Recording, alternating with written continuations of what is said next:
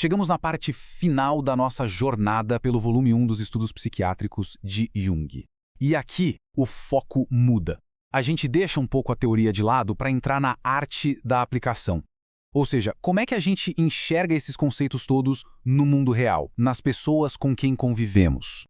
A questão central é exatamente essa. De que adianta entender a teoria se ela não nos serve como uma lente para compreender melhor os comportamentos que a gente vê todo dia? A proposta aqui é justamente essa: transformar o conhecimento do Jung em uma ferramenta prática, uma ferramenta de percepção. E para fazer essa transição da teoria para a prática, vamos usar o que a gente pode chamar de um kit de ferramentas. Vamos passar pela detecção de padrões emocionais, pela decodificação de ações que parecem irracionais, vamos aprender a perceber o conflito interno e, por fim, vamos ver como tudo isso se aplica na escuta clínica e no que seria um olhar junguiano.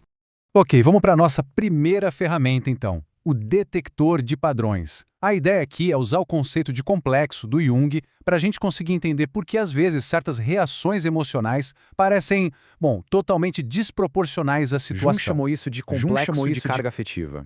Uma boa forma de pensar nisso é como um nó psíquico, ou um ponto sensível, sabe? É um conjunto de ideias, de memórias que estão todas amarradas por uma emoção muito forte. E esse nó vive lá no inconsciente, só esperando um gatilho para ser ativado. Então, a primeira pergunta que guia um observador é essa aqui. Que padrão emocional fica se repetindo na vida de alguém, muitas vezes sem que a própria pessoa se dê conta? Onde é que estão aqueles gatilhos que parecem levar sempre a mesma reação intensa? Vamos imaginar um cenário bem atual. Pensa numa situação de trabalho, um feedback construtivo, dito com todo respeito. Mas a resposta é uma explosão. De choro, de raiva, uma postura super defensiva. A reação parece não ter nada a ver com o estímulo, né? A chave para entender isso está no que acontece debaixo da superfície. O que o Jung nos mostra é uma espécie de reação em cadeia inconsciente. O feedback que a pessoa recebeu agora é só o gatilho, o passo 1. Esse gatilho ativa lá no inconsciente uma memória antiga e dolorosa de crítica, talvez da infância. Esse é o passo 2. Essa memória, por sua vez, traz junto uma emoção que estava guardada, reprimida, como vergonha ou uma sensação de inadequação, passo 3. E é essa emoção antiga, super intensa, que alimenta a reação exagerada no presente, o passo 4. O que a gente vê não é uma resposta ao feedback de agora, mas a todo o complexo que foi cutucado. Vamos para a nossa segunda ferramenta. Essa aqui foca naquelas ações que parecem aleatórias, ilógicas, que a gente olha e pensa, não faz o menor sentido. Jung nos ensina que mesmo o comportamento que parece mais irracional, na verdade tem uma lógica própria, uma lógica inconsciente. O conceito-chave para entender isso é o de autonomia psíquica. O Jung observou que partes da nossa psique podem, literalmente, se desprender do controle da consciência e agir por conta própria. É como se pequenos fragmentos da personalidade, ou os próprios complexos, ganhassem vida e se manifestassem em ações concretas.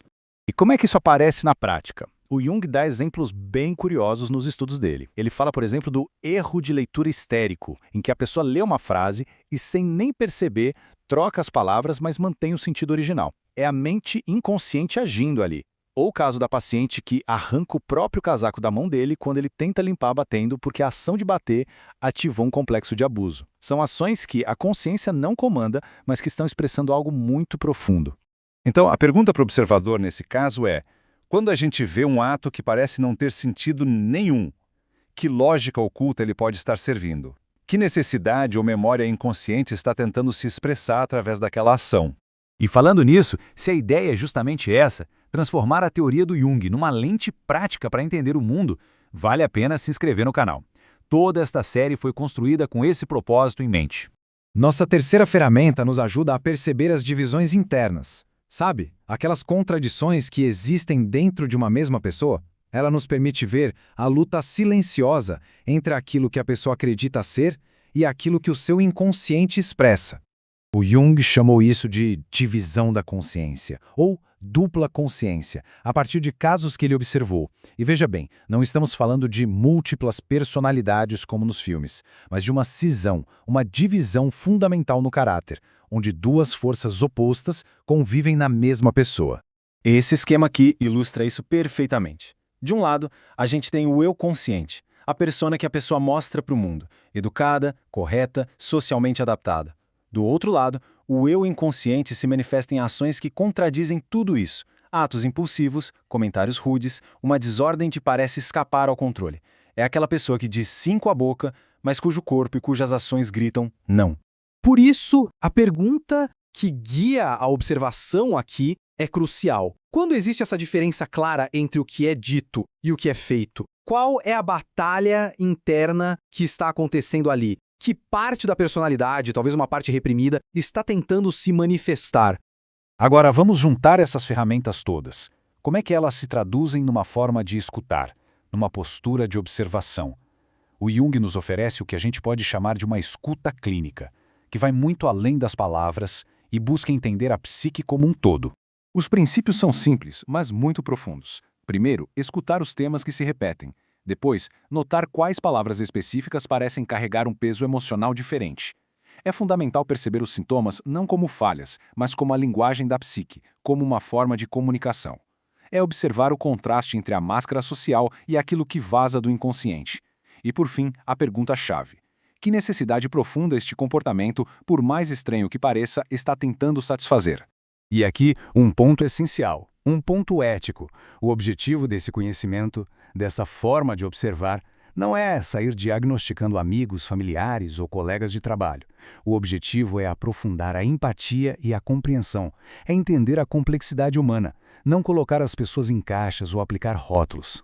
E assim a gente chega na conclusão. Ao juntar essas ferramentas, o que obtemos não é só um conjunto de técnicas, mas algo maior, uma nova maneira de ver. Porque no fim das contas, a teoria só ganha vida de verdade quando ela se torna uma lente através da qual a gente observa o mundo. O conhecimento se torna útil, se torna sabedoria quando nos permite ver com mais profundidade e compaixão a realidade que está ao nosso redor.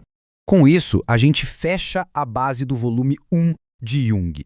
Foi uma jornada densa, mas fundamental. As próximas análises que faremos vão ainda mais fundo na psique. Quem quiser continuar essa jornada, se inscrever no canal é a melhor forma de não perder os próximos passos. E para encerrar, fica a reflexão. Com essas novas ferramentas, com essa nova forma de olhar, que padrões e lógicas ocultas vão começar a se revelar no dia a dia? A partir de agora, a simples observação pode se tornar um campo fascinante de descoberta.